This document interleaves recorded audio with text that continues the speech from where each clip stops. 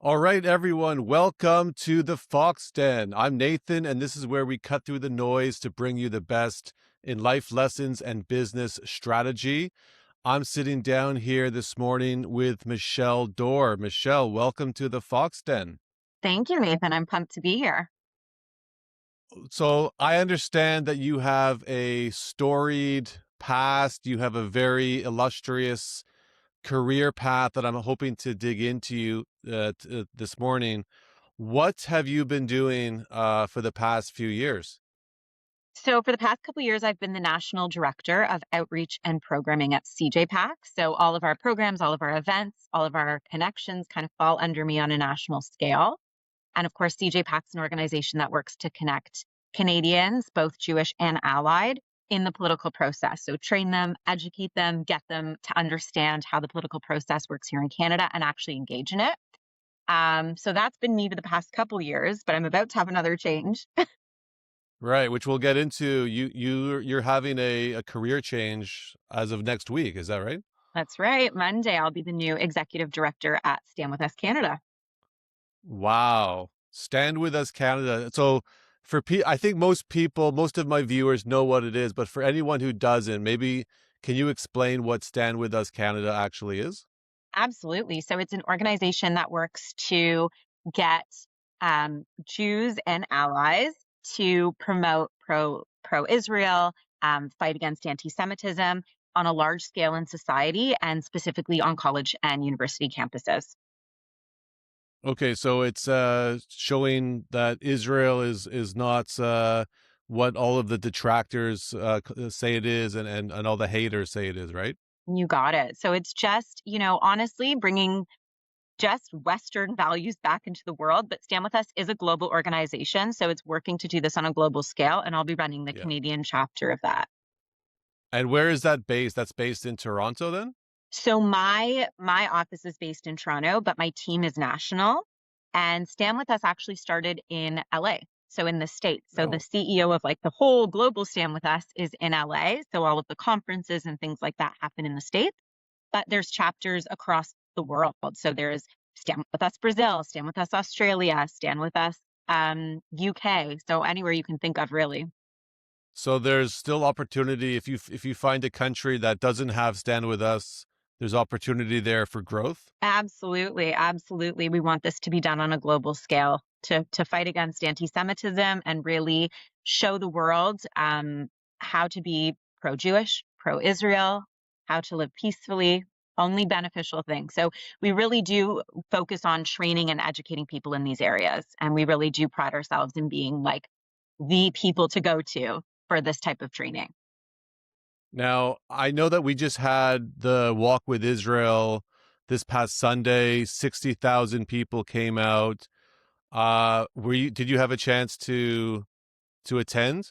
Absolutely. And actually, last night I was at an event with Idit Shamir, the Israeli consul general, and Okay. we were talking about the Walk for Israel. And she was saying, the reason the numbers were so big this year is how many allies showed up. Our numbers haven't grown that much, but the amount of people who showed up for the walk has grown immensely. And that's because of how many allies are showing up for us. So the ones who have been silently supporting us from the sidelines are finally coming out and showing it publicly, which is incredible. I so that's true. I was actually there, and I saw at the entrance right before Nate's, the Holocaust survivor, Mhm. cut the ribbon. There was a whole bunch of First Nation people, Yes. some of them wearing their regalia with the headdress, and Indigenous people supporting Israel. Did you have a chance to connect with any of those people? I did. I did. I have some very close relations in the Indigenous community, and they're big supporters of the Jewish community. And I think they feel a connection, right? Just as they're Indigenous to the land of Canada, we're Indigenous to the land of Israel. So we have a lot of similarities and how we're fighting for our rights and freedoms and allowing the world to see who we are. So there's a lot of similarities between our two communities, and being able to connect on that is such an amazing thing. Okay, yeah, no, for sure. And I saw also there were Christian groups, there were Filipino groups out there supporting, so it was Yeah, pretty and the Persian heartwarming. community. The Persian Huge community, delegation from our Persian community. Yeah. yeah. And we're all hoping that the latest flare up in the Middle East sort of uh, dies down, because it's the last thing that we want for sure, right? 100%. Yeah. 100%. Before we get carried away on that front, I just wanted to go back. If you could tell us a little bit of your career path. Sure. I saw on LinkedIn that you actually studied real estate and went to Humber. If Hmm. you want to just talk about your career path and how you got to where you got to. I love how you did a deep dive. And also, I would say the part about Humber and real estate, I usually leave out of the story. So I'm glad you reminded me because that is I key. just saw that. I saw that this No, I morning. love I thought I'd mention it. No, I love that. So I started as a teacher. I never thought I'd be a teacher. It kind of fell into my lap. When I was in university, school's really expensive and I was paying for school myself. And I walked by the teacher education office and it was $30 to apply to get your teaching degree the same time. So your BEd the same time as your BA. And I was like, okay, $30, I'll apply. I ended up getting in, got my teaching degree, and I thought, great, probably never use it, but it's good to have in my back pocket. And then when I graduated from Teachers College, York University offered me a fully funded Master's of Education. So that kind of fell into my lap. And while I was doing that, I was serving in a restaurant. And I happened to serve a vice principal who offered me a full time job. And I Oh said, wow. I can't take it. I'm a student still. No, no, no, I'll accommodate you. We'll figure it out. So they gave me a schedule where I was teaching all grade 12 classes. So while my grade 12 students were writing their final end of the year essays, I was sitting writing my master's thesis with them. Oh So I did wow. that. And when I graduated with my master's, I was enjoying what I was doing in education. I loved the aspect with the students, but it wasn't challenging enough for me. So I decided to specialize in kids with developmental delays and specifically autism. And at the Oh time, autism wasn't as wide known and widespread as it is now. I mean, certainly widespread, but people didn't hear about it, know about it the same way. And so I started developing programs for the York Region District School Board for students with autism who I felt didn't fit into like the mainstream autistic classes. So students who were maybe super behavioral but very bright. And so I started creating these programs, and very quickly the board moved me up to be the youngest ever hired secondary school vice principal in Ontario. So I broke a record. I was in my 20s. I was a high school vice principal, still looked like the students, which I loved. And I did that until COVID hit. And when COVID hit, the board started cutting funding for all the programs that I'd spent 10 years of my life fighting for.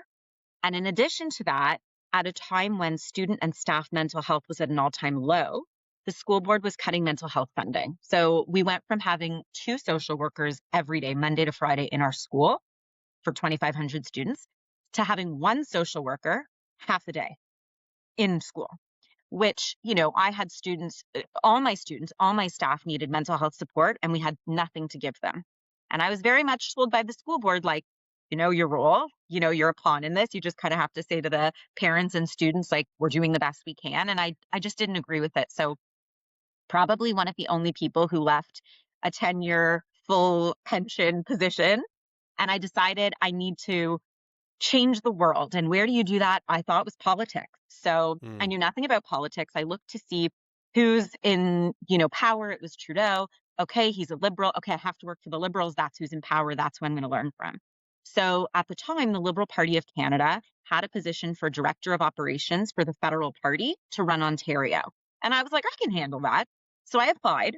And during my interview, I'll never forget, they asked me, like, what's your political experience? And I asked the interviewer, well, did you take grade 10 civics? And he's like, I think that was before my time. But I was like, well, I taught that class, like supply taught. So like, that's my political experience. Like I had none, right? I had no political background. And then I also said to him, Justin Trudeau is a drama teacher. I'm also a drama teacher. So if Justin can handle the country, like Ontario, like I got this. mm. And so their reaction was the same as yours. They started laughing and they hired me. And that was my very first lesson in politics, that it's not exactly what you know necessarily, but it's your personality that they really look Right. for. Right. And personality is everything in politics. And when I asked my boss later, like, why would you hire me? I knew nothing. He said, I just wanted to hang out with you. Like, I thought you're hilarious. Like, I know you're smart. You were a vice principal. So, like, I just wanted to hang out with you. So I did that. And then October 7th hit. Right. And I felt very misaligned with the party. And that was my first real real lesson in politics was that, like, it's very hard to work in partisan politics when you're not aligning with what the party's doing. Sure. And so I left. I did my real estate license. I was like, oh, I'm going to be a realtor. I'm going to do all these things. I also remember at the time doing some supply teaching at Chat. A lot of the teachers went to serve in the IDF, and I was like, I have a teaching degree, I can help. But I really decided, like, first, I thought I'm going to do the real estate thing. And then I thought, no, I really want to work in the Jewish community. I really want to use my skill set to support our community. So I started looking for jobs. I remember calling Mark Waldman at CJ Pack saying, like, you have to hire me. I'm political. I'm Jewish. I'm an educator. I've got all the skill set. And he's like, I don't have anything for you. So I ended up getting hired as the Director of Development for Jewish Addiction Community Services, which is JAC, which is a great organization that supports Right. Jax. Yeah. people suffering from addictions, and they have free counseling and free support groups. And it was fantastic. And about 9 months into that role, I got a phone call from Mark Waldman saying, okay, I have a job for you. And I was like, no, like, you missed your chance, right? Like, I'm happy. Right. I love what I'm doing Right. now. But it was a job I couldn't refuse. And I ended up at CJ Pack. And then about a month ago, similar thing happened. I got a phone call. Stand With Us Canada was looking for a new executive director, and my name had been put forth by multiple people. And so that's why I'm moving off to CJ Pack. And there's my Coles notes of my life, That's an incredible story. It's you know what? You have to be in the right place at the right time. for sure. I'm actually curious. That vice principal that hired you on the spot were they allowed to just say you're hired from a restaurant? So, you know what? At the time, the Toronto District School Board needed high school teachers. So I was qualified. I had my OCT, right? So I was a qualified teacher paying my dues. And so what happened was, it's actually really funny. No, technically they're not supposed to do that. So what happened is, he brings me into the school. It's my first day, and I get called into the office, and they're like, "What's your employee number?" I was like, I don't have an employee number. I'm not an employee. This was with the TDSB. I'm like, I'm not an employee of the TDSB. And they're like, he wasn't allowed to hire you unless you're an employee already of the TDSB. You have to be on our supply list. And I was like, I'd already signed the contract, right? So then they were like, okay, this is going to be your supply teacher interview. And they gave me the questions, and we had the interview on the spot. I got my employee number. And yeah, so technically, no, I wasn't supposed to be hired, but there was like a loophole, like you said, right place, right time. And they ended up hiring me through a loophole. And I guess I lucked out in that sense. That Um, sounds, I don't know if you saw the episode. That sounds like the episode where on Seinfeld, where George Costanza takes a job, but no one actually hired him. He's just sitting there all day and no one knows what he's doing. He's working on the Penske file. He doesn't even know what that means. I don't know if you saw that one. It sort of well, reminds me of that. it's so true. And you know what? I think any crazy moments in life can have a Seinfeld reference. That or Friends. Like, you could probably find That's one or true. the That's true. Gotta love the references. Yeah. other. Yeah. But yeah, I just totally fell in my lap. I lucked out. Um, and I ended up doing that. And then I switched to the York Region District School Board the year after. The TDSB that year, same year, was giving out pink slips to all their permanent employees. Like, they just didn't have permanent jobs, and the York Right. Region District School Board was expanding. So I ended up getting a permanent job with the York Region Board. And now I'm not sure if you saw the latest that the York Region Board, I understand, is shrinking again. They're It firing a lot is. of people. Yeah. Yeah, it is. And listen, this happens. Education always goes in waves. It's like they make teachers college 1 year, then it's 2 years because they want to slow down how many teachers there are. And then they raise it again. And then education goes in waves. It depends on society's age of kids. And if you're an Right. elementary school teacher, high school teacher, this is just the It's trajectory. it's the ebbs and the flows. Totally. Um, is this what you were thinking that you wanted to do when you were 18 years old? You No. wanted to be working or what changed for you?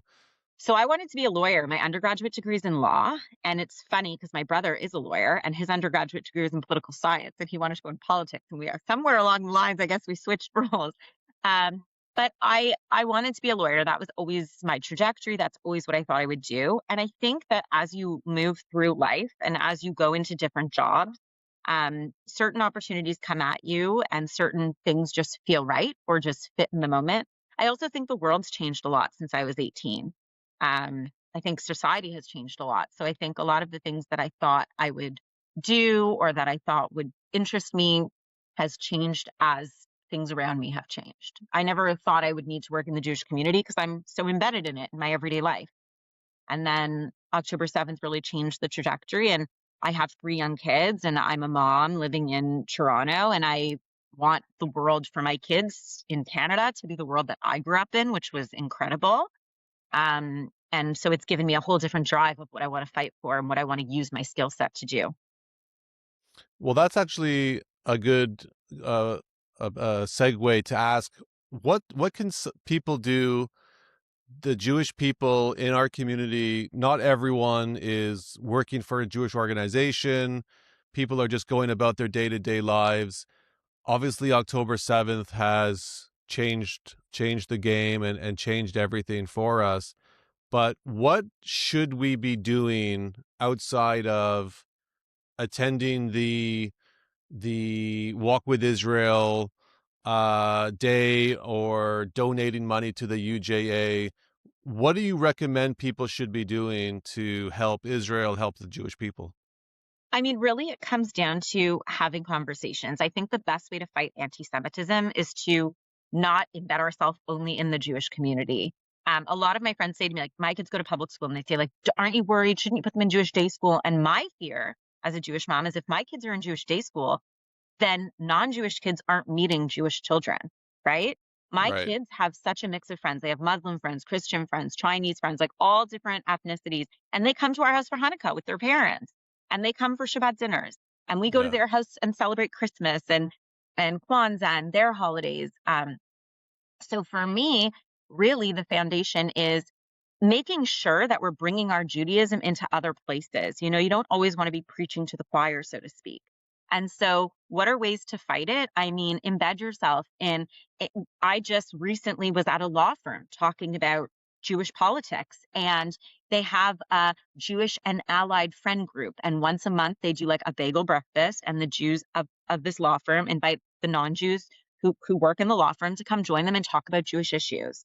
And it was beautiful to see in a room full of non-Jews talking about why it's important to talk about Judaism, to talk about anti-Semitism.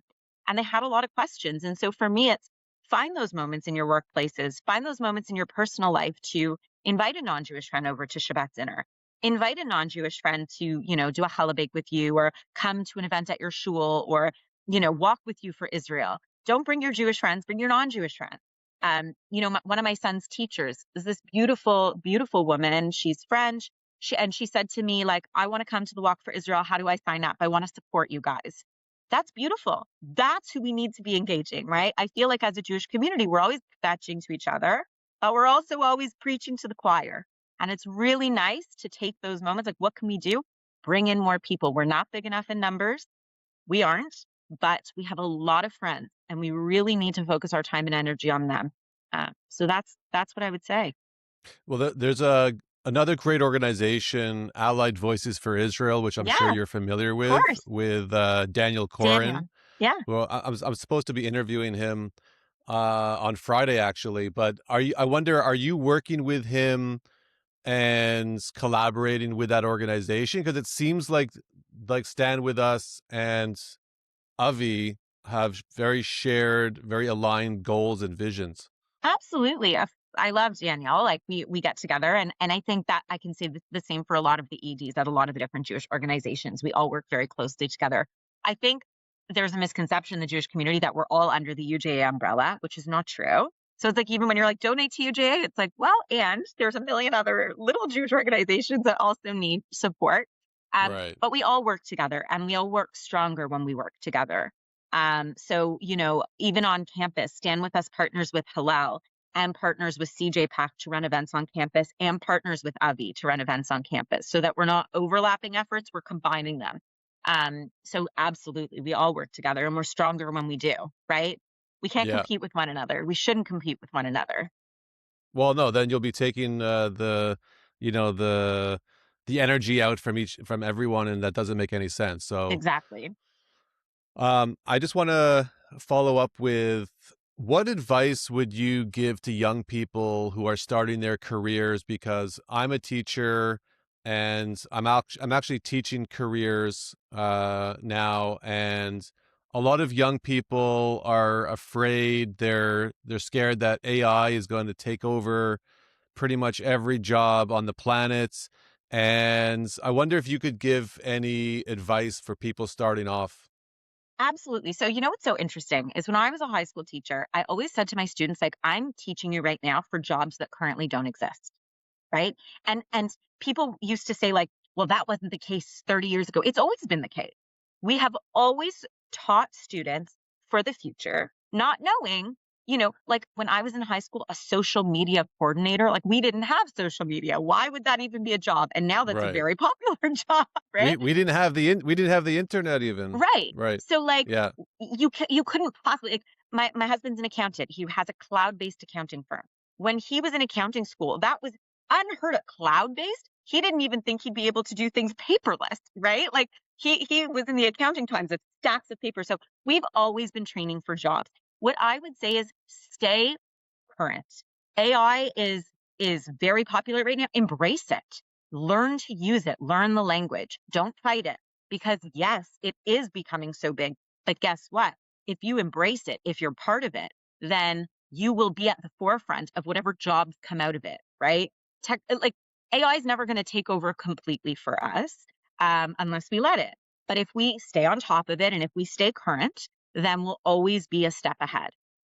So that would be my advice is embrace what's happening, keep learning the same skill sets we've always learned, because even as societies change, they've still been relevant and they still allow us to move forward in life. But it's the forward thinkers that get ahead. It's the ones who think outside of the box and don't put yourself in a box, right?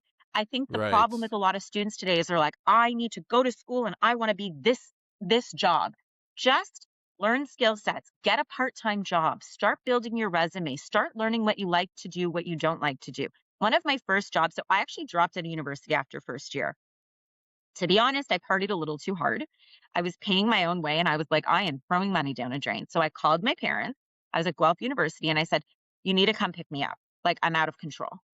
Good on me Oh, for realizing that. you dropped out after the first year? I dropped out during first year. Yeah. And I came home and I was like, okay, like I don't know what I'm going to do with my life. And my parents were like, well, you need to get a job. You're not allowed to live in our house and like not go to school and like not do anything. So I was like, oh, Yeah. that sucks. Like I was like imagining like a fun, like I don't have to do school. I could just have fun. So I ended up getting a job for Rogers Cable. And I worked in their major accounts department, um, stuffing envelopes, filing. Like, oh my gosh, I remember the days of filing. My fingers would be like full of paper cuts by the end of the day. Like, I think kids will never have this experience. But, doing like this work. And I remember sitting every single day. I had to hide the taskbar on my computer because the time wouldn't move. And I was like, I can never do a desk job. It is so not me. Like that. And that was like a light switch for me, right? Yeah. I can't do a desk job. It doesn't work for me. But I wouldn't have known that if I didn't have the experience. But then I'll take it one step further. When I finished, so when I went back to university in second year, which was my first year, I I said to Rogers, I have to quit. I'm going back to school. And they said, you know what? We love you. Every break, whatever, come work for us. So I actually did my school schedule where I was in school Monday to Thursday, and every Friday for my entire university career, I worked at Rogers. And every March break, reading week, winter break, summer break, I had a full-time job. And like obviously was getting paid way more than I would get paid anywhere else. So paid for my school. Thank you, Rogers. Paid for my education. When I graduated, I knew they were going to hire me full-time and I didn't want a desk job. So I went before they could even say anything and I handed in my resignation. And the boss ripped it up in front of me and said, nope, I'm going to offer you like 80K a year, which like coming out of university and 20 years ago was a lot of money. At that time, it was actually substantial, right? Very substantial. I'm going to offer you this massive salary and we want you to work at Rogers Cable. And I said to him, I have a problem with this. And he said, why? And I said, well, cable's kind of leaving the world. And he's like, what do you mean? I'm like, well, this new Wi-Fi thing, they just started and they had just started a Wi-Fi department. I said, the internet is taken over. I think cable's going to become obsolete. And he's like, you're nuts. And I said, I just don't see this like lasting long term. Like, thank you for the opportunity, but I think in 5 years, I'm going to be out of a job. No word of a lie. He called me 5 years later and he's like, they just closed our department. What Oh else my do you see God. in the future? Give me all your tips, right? Right. So, like I said, it's always the forward thinkers, right? And again, all the people I worked with in Rogers Cable lost their jobs because cable became obsolete. And they had to then either move on to the internet Wi-Fi trajectory or move into another area. So all the students who are worried today, This has never changed. People have always been worried, have always like the world is changing so fast. Whatever you go into could change next week, you know? Right, right. All those people working at Blockbuster Video, they're ancient history, right? Eh, Although I have to say, I'm really sad my kids are never going to have the opportunity. I don't know if you remember Jumbo videos where you used to go I in, I re- you get a popcorn, well, yeah, I remember right? Jumbo Video. It was like a whole experience, Yeah, right? you go in, you get your popcorn, and as you're eating your popcorn, you walk through and you look at all the movies. And I remember, like, oh, the one I really want is like sold out, and there was nothing behind the card. You couldn't get like the VHS because there was nothing there, or the box was empty. They're missing that experience. Now they're like flipping through. It's not the same. Well, the joke is now when you sit, you get together to watch Netflix, you spend basically an hour just scrolling about what you want to watch, and then you say, you give up, and Yeah, it's not worth it anymore, yeah. You watch all the trailers and call it a night. and call it a night. Yeah, no, Jumbo Video. That was a that takes me back. Did you ever go to Blockbuster? Blockbuster, and then do you remember when they made it into Rogers stores? I don't remember that Okay, well, actually. it's the very end. It was at the very end, and it's when I worked for Rogers, so I got half off video rentals. So Oh, so that's why. Okay, so you had a connection there. I had a connection. Yeah, it was great. They had my employee ID and I could take out videos for half the price. But like when I was a kid, that's how we spent our Saturdays. My parents would be going out Saturday night. They'd take me and my brother. We'd like walk around now, like you don't have those experiences, you know? Right. I don't know if you just heard the news, but Canada has just announced that social media will be banned for 16 Yes. and under. That's going to be coming out officially. I think Australia did it, and that Yes. sort of pushed Canada to do that. What do you? This is a whole separate podcast, maybe. But what do you think about that ruling? You know, there's two ways to think about it. Like I said, do we do the embrace thing where we embrace the technology and embrace the change and embrace the way the world's moving? Yes, but there's a time and a space for that. I think kids under the age of 16 are so vulnerable. Listen, our brains aren't fully developed till we're 25, right? That's true. So That like is even true. 16 is still really young. And so I think that it's a great thing. I think that having our students start life with a basic skill set instead of always relying on technology and social media for everything. Also, I think it should be banned for all of high school. Honestly, being a high school vice principal and you being a high school teacher, you see Yeah. what social media does to students today. I remember having kids sitting in my office bawling their eyes out because they weren't invited to the party on Friday night that the cool kids threw. Now, I remember in high school, if you weren't invited to a party, okay, you found out about it Monday morning. You're like, oh, that sucks. And then you moved on, right? Yeah. Here, they watch the party happening in real time. And Right. then it continues to live on in social media. So you're constantly reminded that you were left out of this event, right? It's like entrenched in your mind. But if you take it one step further, they only post the good things. So I remember saying to some of the students, well, you didn't see the girl puking in the bathroom and you didn't see the one, the one where the Yeah. parents showed up and kicked everybody out. You're only seeing the best moments of the night. You didn't see the Right. fight. You didn't see when one girl kissed another girl's boyfriend and there were tears. Like you didn't see all that, right? Right. It's not all roses. And that's the problem. It's a false reality. And Yeah. so they're constantly living and seeing a false reality. It's really dangerous. And they're seeing all of their friends congregate at the party. I think it might be on Instagram or on Snapchat. I'm not sure which one, but they see, as you said, they see in live time all of their friends at this wonderful place, and they're not there, and they're thinking there's something wrong with me, right? 100%. Why wasn't I invited? Why am I excluded? And then it continues, right? It It doesn't doesn't end. stop. It doesn't stop there. Like when we had it, at least it stopped. Yeah. Yeah. When people had like pictures that they had to print out, right? So like unless you're Right. at somebody's house, you wouldn't be reliving those moments. We had to go. I remember going to Black's Photography at the Exactly. promenade, Yes. and then waiting a week for the development to happen. Yes. And then do you remember when they came out with the 24 hours and it was like, oh my gosh, I can get these photos in 24 hours. I'm going to pay the extra $20. Right. And now 24 hours is just, that's like a lifetime Yes. for Now this it's generation. Yeah. instantaneous. Everything's instant, but we all have thousands and thousands of pictures, and no one really sits looking through albums anymore, which is another. We should probably do a podcast. The good old times with Michelle Dor. Totally. I'm in.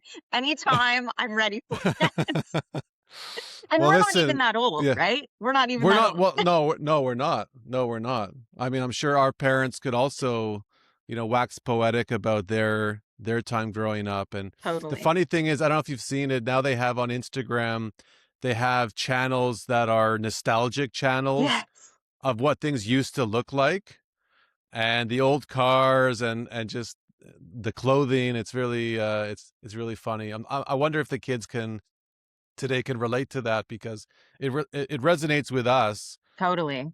but I'm not sure it resonates with them. Well, listen, Michelle, this has been a great conversation. Yeah, it has. I really appreciate getting to know you more here on the podcast, and I sincerely wish you the best of luck in your new role at Thank Stand With you. Us. I've been following Stand With Us for years, and I always share their content with my family and friends. I think what they're doing is very special, and I'm not surprised that you have chosen to join that organization, because we need we need allies, we need advocates for us, and you have a great personality, and Thank I'm you. really confident that you will really thrive in this new role, and I wish you the best on that. I appreciate that. And thanks for having me. It's been great talking to you. For sure, 100%. We'll follow your work as soon as early as next week. We'll start seeing what happens with Stand With Us. So Thank you. Michelle, Yes. again, thanks again, and have a wonderful rest of your day. You too, Nathan. Thanks so much. For sure.